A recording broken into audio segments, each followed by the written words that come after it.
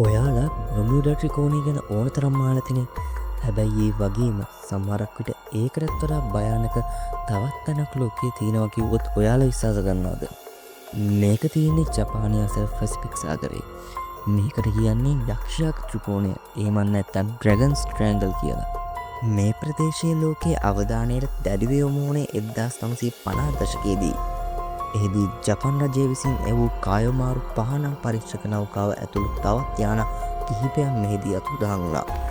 මේ සිදුවීමෙන් පස්සේ ජපන් රජය නිල වශයෙන් මේ ප්‍රදේශය නාවික කටයුතු සඳහා අනතුරුදායක කලාපයක් විදිහට නම් කළා.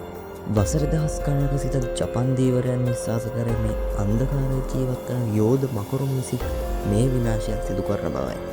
අන්න ඒ නිසා මේකට ඩ්‍රැගන්ස් ට්‍රැයැන්ගල් කියලා නම් වැටුනේ. නූතන විද්‍යාඥයන් පවසන්නේ මේ ප්‍රදේශයේ මුහුදයට පවතින සංකීර්ණ ගිනිකඳු හා අධික චුම්බක ක්ෂේත්‍රය නිසා මෙවැනි අනතුරු සිදුවිය හැකි බවයි. මේ චුම්බක ක්ෂේත්‍රය නිසා මාලිවා යන්ත්‍ර පවා වැරදි තත්ත්ව පෙන්වන්න පුළුවන්. හැබැයි තවමත් මේ සිදුවන සමහර අතුරුදහන් ලෝකෙටම ලොකු අභිරහසක්. ඇත්තටම මේ මුහුදයට මොනවා සංගිලා ඇද්ද? සෝබාදහමේ අමුතු සිදුවීමක්ද? නැත්නම් ඇත්තටම මෙතන යක්ෂයෙක් ඉන්නවද? ඔයාලගේ අදහස අනිවාර්යෙන් පහලින් කමෙන්ට් කරන්න. ඒ වගේම තවත් අභිරහස් ගැන දැනගන්න Beyond Dot අපිව සබ්ස්ක්‍රයිබ් කරන්න.